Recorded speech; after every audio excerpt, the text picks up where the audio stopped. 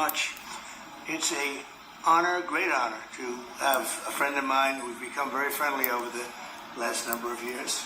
We knew each other before, but Mark is the head of NATO, Mark Rutte, Secretary General of NATO, highly respected by everybody that knows him, but in particular the European countries. They have great reliance on him, and he's done a fantastic job. And we had a tremendous meeting, I guess it's about a month ago, and I think Mark will tell you that it was really perhaps more important the date of November 5th. That was the election day. Maybe that was the most important, because we made tremendous progress together. And one of the reasons that you're here today is to hear that we are very unhappy, I am, with Russia. But we'll discuss that maybe a different day. But we're very, very unhappy with them, and we're going to be doing very severe tariffs if we don't have a deal in 50 days. Tariffs at about 100%. You'd call them secondary tariffs. You know what that means. But today we're going to talk about something else. And as you know, we've spent $350 billion approximately on this war with Russia and Ukraine. And we want to see it end. And I'm disappointed in President Putin, because I thought we would have had a deal 2 months ago, but it doesn't seem to get there. So based on that, we're going to be doing secondary tariffs if we don't have a deal in 50 days. It's very simple. And they'll be at 100%. And that's the way it is. That can be more simple. It's just the way it is. I hope we don't have to do it. But regardless, we are going to be, we make the greatest military equipment in the world, whether it's missiles. You saw that recently in Iran, the way those planes flew in. They hit every single, 14 bombs hit every target.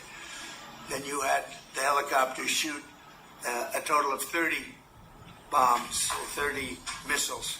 And they hit every single, Marco, is that right? Every single, Pete? Every single target. And it was, I guess, on a scale of 0 to 10, they say it was about a 15. That's how successful it was. That's how lethal it was, a word they like to use nowadays. But it was an amazing, well-organized attack that people in this country want to do for 24 years. You know, when we had the pilots in last week, they were saying, sir, we've been practicing this for 24 years, meaning people, not them, but other people that are a little older now. But they too, and you were the one that let us do it. But we've been practicing 4 times a year for 24 years, because they always knew they had to stop Iran from doing what they were doing, which is trying to come up with a nuclear weapon, a nuclear bomb. Equipment, the best missiles, the best of everything. The European nations know that. And we've made a deal today, and I'm going to have Mark speak about it, but we've made a deal today where we are going to be sending them weapons, and they're going to be paying for them. The United States will not be having any payment made. We're not buying it, but we will manufacture it, and they're going to be paying for it. Our last meeting of a month ago was very successful in that they agreed to 5%, which is more than a month ago was very successful in that they agreed to 5%, which is more than $1 trillion a year. So that they have a lot of money, and they want to do it. They feel very strongly about it, and we can. But we make the best, and we're going to be sending the best to NATO, and in some cases to maybe, at Mark's suggestion, if we go to Germany, where they're going to send early on missiles, and they'll be replaced, and NATO is going to take care of it. It's going to be coordinated by NATO, and they're going to work very much with Matt Whitaker, who's right here, who's a great ambassador, and Matt's going to be coordinating. You better do a good job, Matt. I will. But Matt's going to coordinate. He's a very talented guy. He's going to coordinate everything. So in a nutshell, we're going to make top-of-the-line weapons, and they'll be sent to NATO. NATO may choose to have certain of them sent to other countries where we can get a little additional speed, where the country will release something and it'll be mostly in the form of a replacement.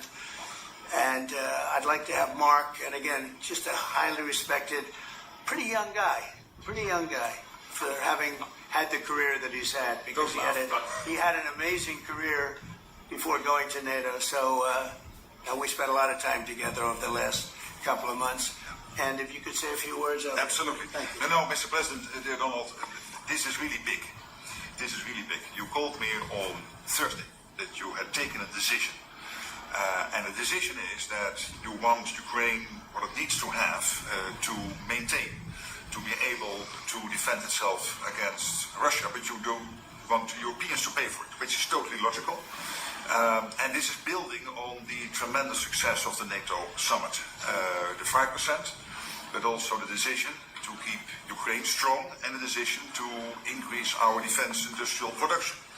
So based on that, that was Europe stepping up. This is again Europeans stepping up. So I've been in contact with many countries. I can tell you that at this moment, Germany massively, but also Finland and Denmark and Sweden and Norway, the United Kingdom, the Netherlands, Canada. They all want to be part of this. And this is only the first wave. There will be more.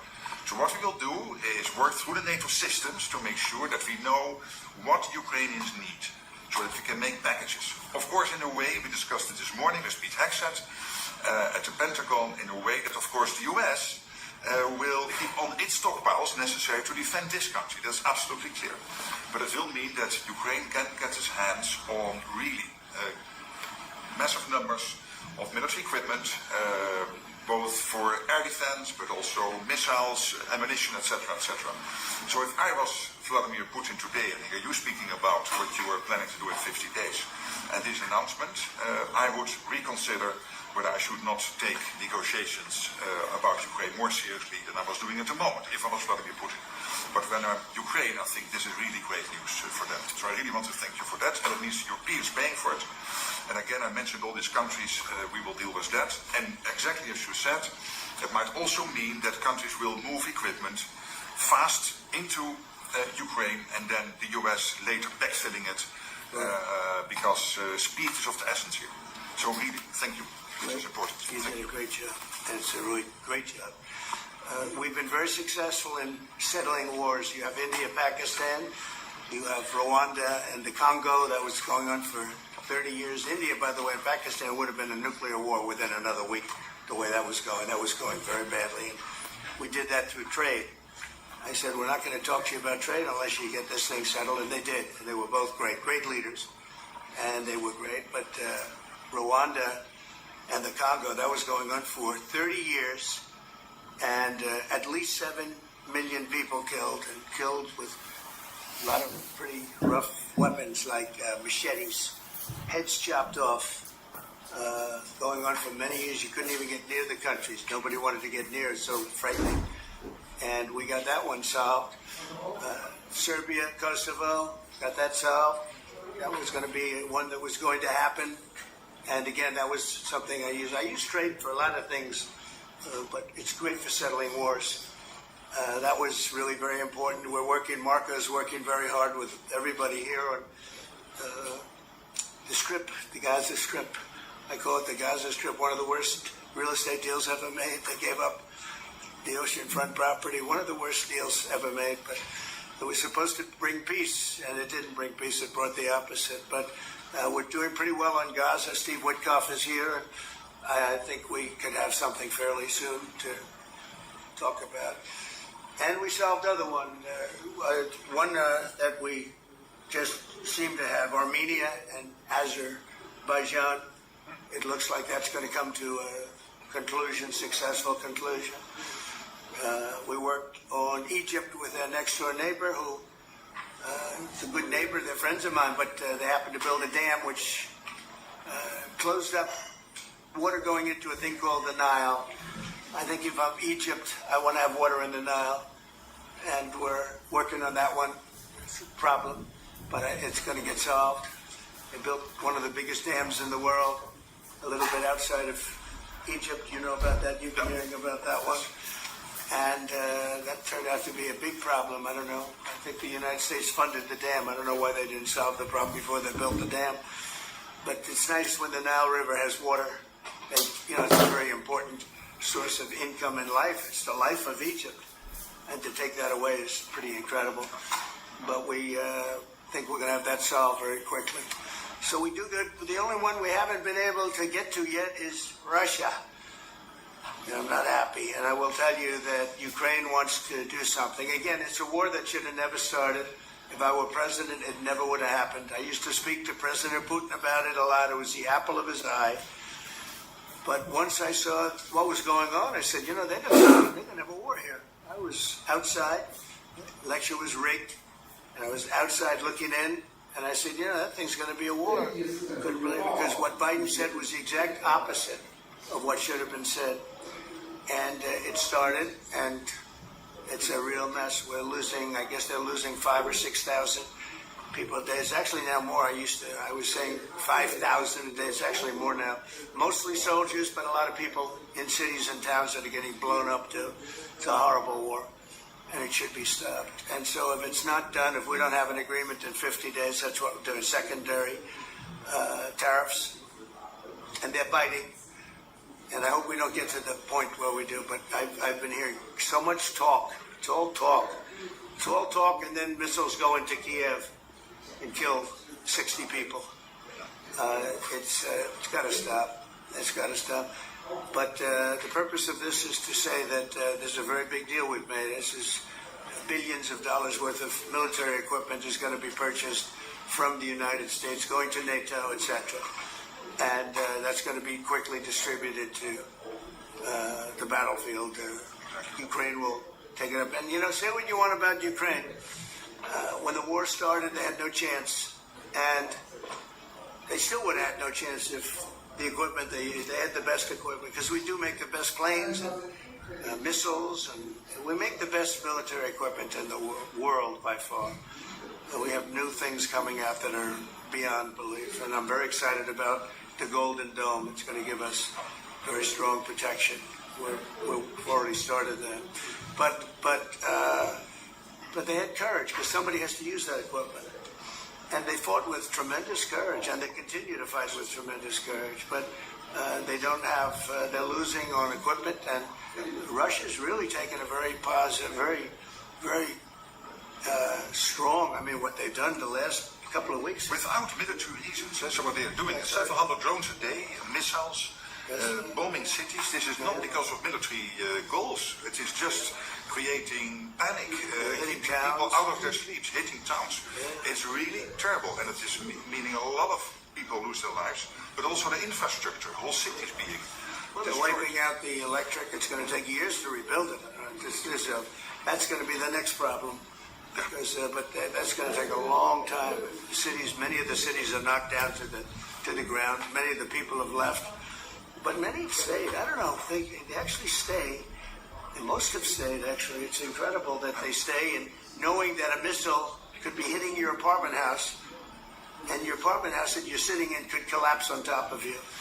And they do very heavy construction. They don't use rebar. They do very thick concrete construction.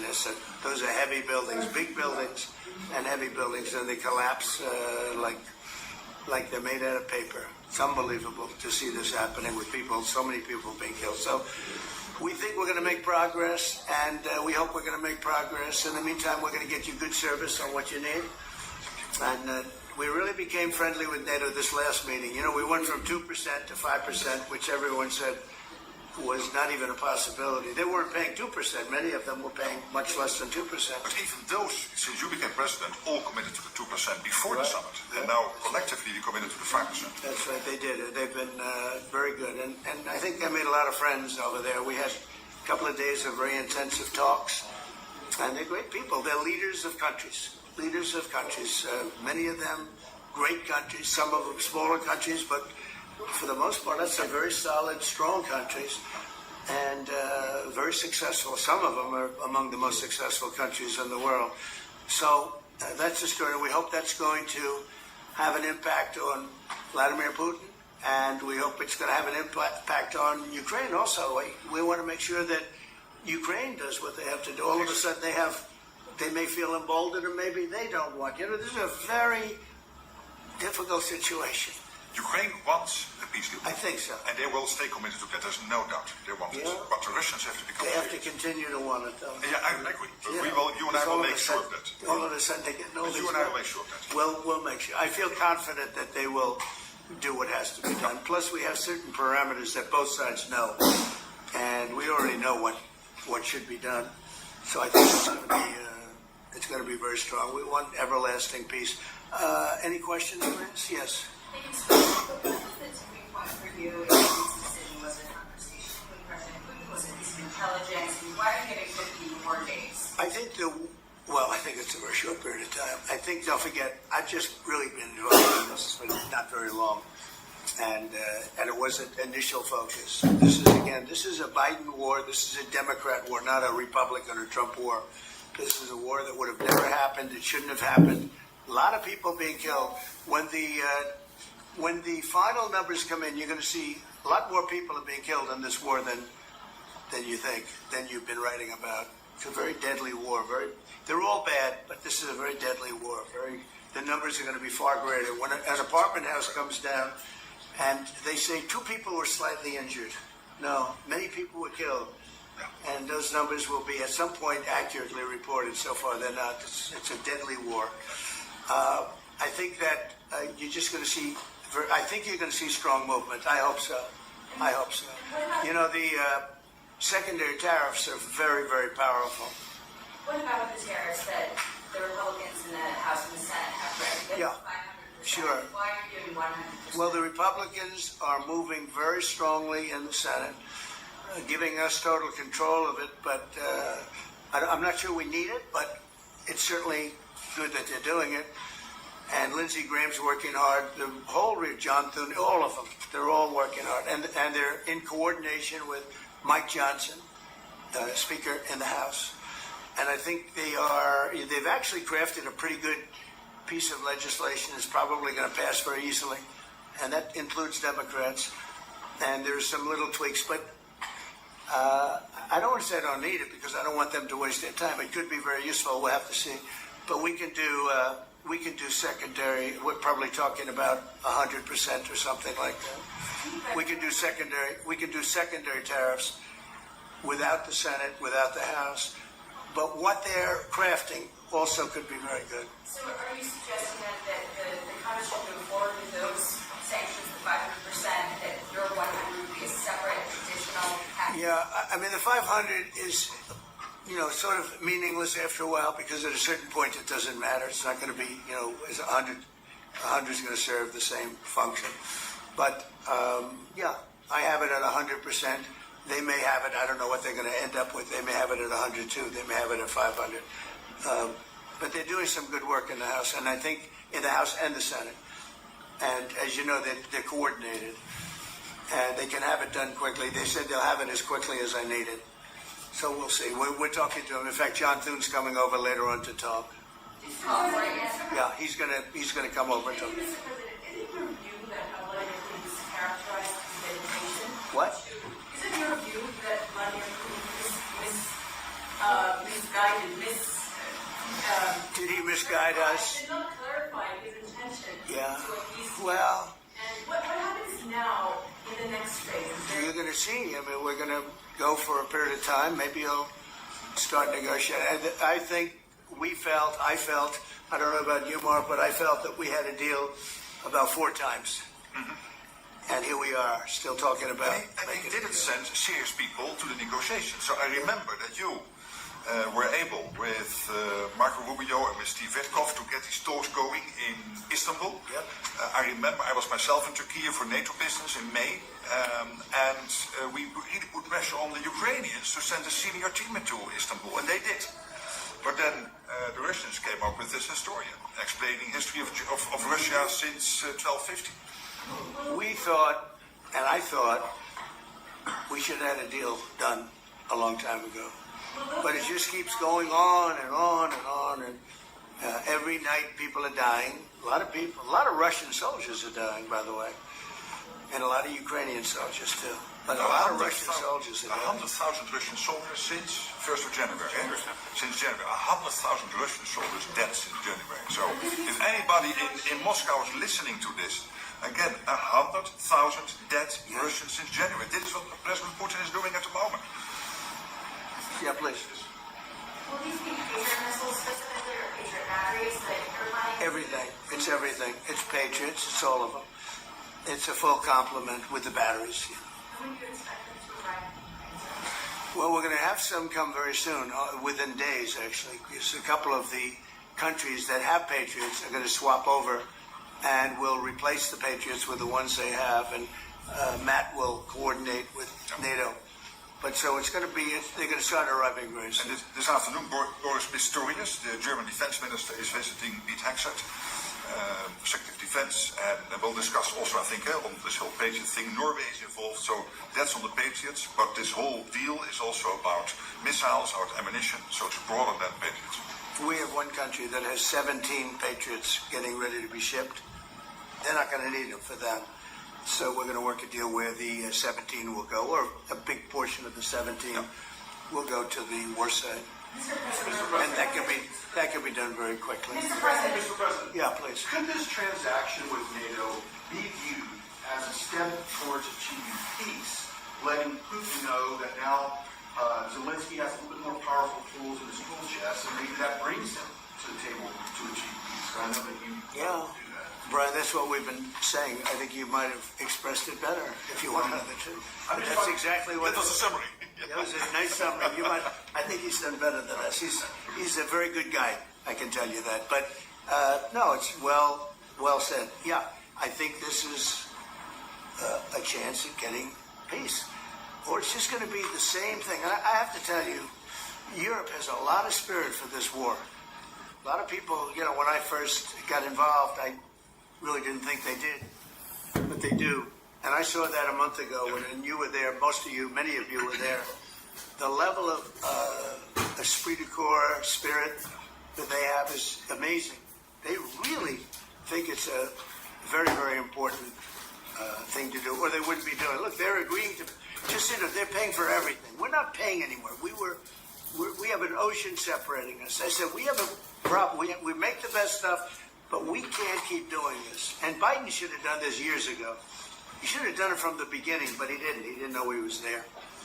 This guy, what a horrible job they did for this country. And I just hope between the border and this and so many other inflation, what a horrible administration. The worst administration in history, in my opinion. It's not my opinion. I think it's everybody's opinion. But this is something that shouldn't have happened, and we're going to see if we can end it. I do want to make one statement. Again, I said it before. This is not Trump's war. We're here to try and get it finished and settled and whatever. Because nobody wins with this. This is a loser from every standpoint. From day This one. was Biden and this was other people. And it's very sad. It's a very sad situation. This gentleman's doing a great job. I think he's going to get it. And Matt and everybody else that's working on it, I think you'll get this thing over with, hopefully. Mr. President, you praised European countries today as standing up for Ukraine as being strong. Will you allow them to continue to negotiate tariffs lower than 30% before August 1st, or is the deal set? What does that mean? You mean you're talking about the tariffs? Oh, you're back on tariffs. You're on a more friendly tariff, right? A little bit more friendly tariff. No, we're going to be talking to people. We have, I watched the show this morning. They were talking about, well, when's he going to make the deal? The deals are already made. The letters are the deals. The deals are made. There are no deals to make. They would like to do a different kind of a deal, and we're always open, including to Europe. In fact, they're coming over. They'd like to talk to us. Mr. President, is there any concern about the U.S. stockpiles? There was a pause in delivery of weaponry to Ukraine in order to evaluate, apparently, U.S. stockpiles. What came out of that? Evaluation. I mean, this was a very big, what we're talking about today is a very, very big day. What we're talking about today is a very, very big day. And what Pete was doing, and me too, I knew what Pete was doing, was evaluation, because we knew this was going to happen. And now we actually announced it. They voted on it. It's all been done. So obviously that has a big impact on, when you say pause, obviously you're not going to be doing things if you don't know what's going to happen here. But we were pretty sure this was going to happen, so we did what's going to happen here. But we were pretty sure this was going to happen, so we did a little bit of a pause. But this is a very big. This is a very big. President, if it escalates further, how far are you willing to go in response?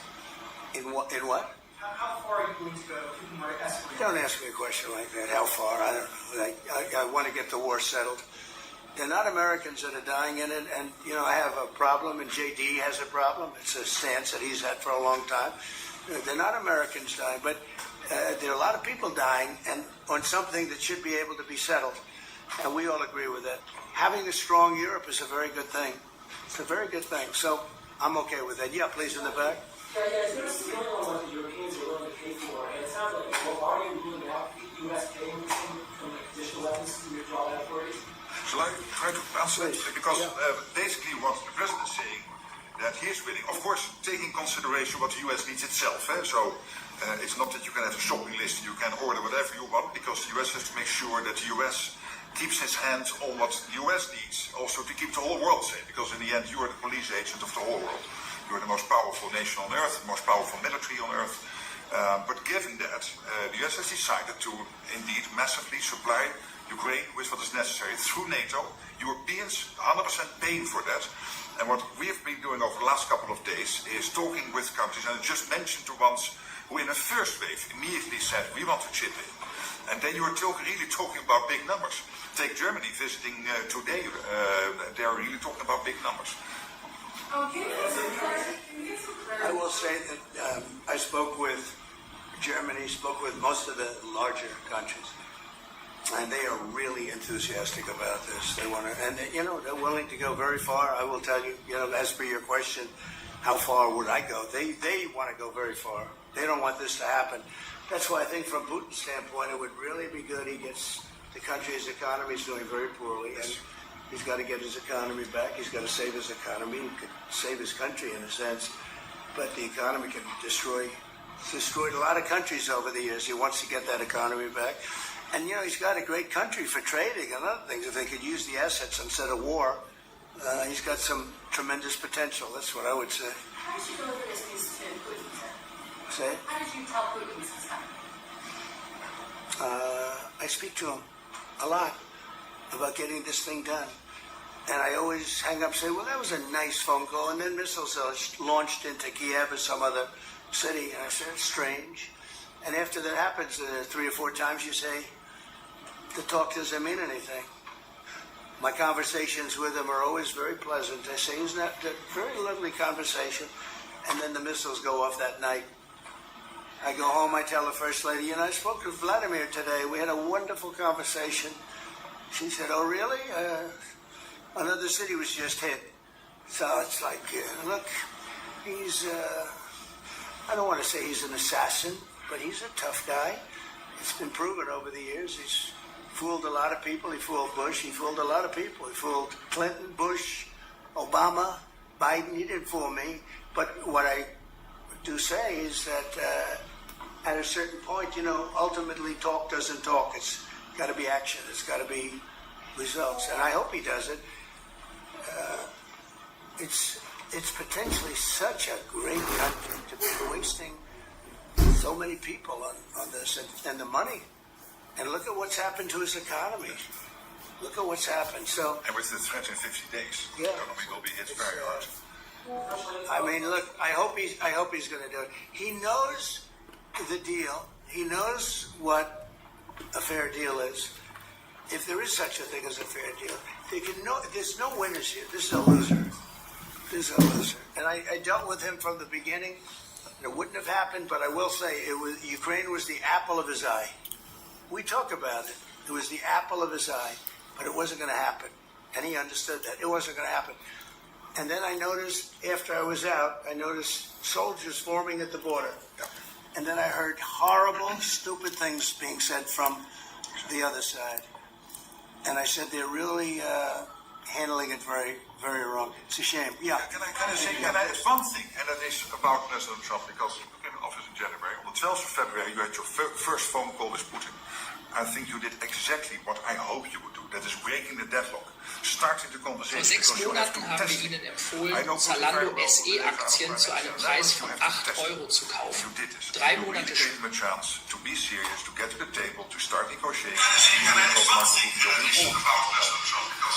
But you now come to a point where you say, well, we had probably 4 times a year. I mean, you would call and you said, this looks good. And then the deal wouldn't happen because bombs would be thrown out that night, and you'd say, we're not making any deals. It was like... But you making the deadlock was crucial because you had to start that process. You were the only one who was able to do that. I think we'll get it done. Do you think it's reasonable enough to negotiate? Yeah, I think we're going to get it done. I think, look, this is a very powerful situation. You have very wealthy countries buying the best equipment in the world. And we have the best equipment in the world. We make equipment like no other. You know, our submarines, nuclear submarines, are so powerful. They're the most powerful weapon ever built. And we have the best in the world they're 20 years behind, 25 years behind us. We have the greatest equipment anywhere in the world. I just hope we don't have to use it. Yeah, please. Thank you, Mr. President. On a separate topic here, President Biden, of all people, spoke to the New York Times over the weekend. He did not speak to the record here, he's not an office, he spoke to the nation. And he defended his use of and said that he signed off on every decision. But at the same time, the Times reports that he did not individually approve each name for the categorical part that's specified to March numbers for people. We're here to take on that. Any new revelations from? Well, I mean, you're talking about the auto pen. Look, the auto pen, I think, is maybe one of the biggest scandals that we've had in 50 to 100 years. This is a tremendous scandal. And I know the people on the other side of see that desk, that Resolute desk? Unfortunately, he used it before me. But, you know, we have our choice of 7 desks. They're all beautiful. But I chose the Resolute, and so did he, unfortunately. But the people on the other side of the Resolute desk, I know them. Lisa, the whole group, and they're no good. They're sick people. And I guarantee he knew nothing about what he was signing. I guarantee it. So they're going to figure it out, and we'll see what happens. But to me, the auto pen, you know, you elected president. You know what the auto pen is supposed to do? Sign thousands of letters from young people that write. We get thousands of letters a week, Susie, right? Thousands. I mean, tens of thousands sometimes. I look at a room, there's a room where we have many, many people working, responding and sending letters back. That's what an auto pen's supposed to be. To write to a young 7-year-old boy that writes to the president and he wants to be president someday and he loves America. That's what the auto pen's supposed to be. It's not supposed to be for signing major legislation and all of the things. No, the auto pen, and I doubt he knew. I doubt they even spoke to him about it. I think they had, it's called a freewheeling auto pen. Like, Biden was never for open borders. Biden was never for transgender for everyone. So I don't think I think the radical left people that took over the White House, and if I didn't win, our country was finished. You know, when I was in, and I said this a couple of times, I hope I don't bore you with it, but when I was in Saudi Arabia, I was in Qatar, I was in UAE, and then I met with all of your leaders, including you, a great leader. He's now the leader of many countries, not just... No. But I met with a lot of leaders over the last 2 months in the Middle East and all of the NATO countries. And I will tell you, they had one common phrase. They thought America was dead 1 year ago. And today they say, and they all say it, and I hope you'll back me up in this, but they say now it's the hottest country anywhere in the world. It is. Look at our numbers. Look at the numbers we made. You see, we made $25 billion last month.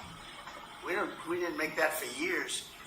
The tariffs are kicking in. The economy is very strong. Even though we have a Fed person who's terrible, he doesn't know what the hell he's doing, but that's all right.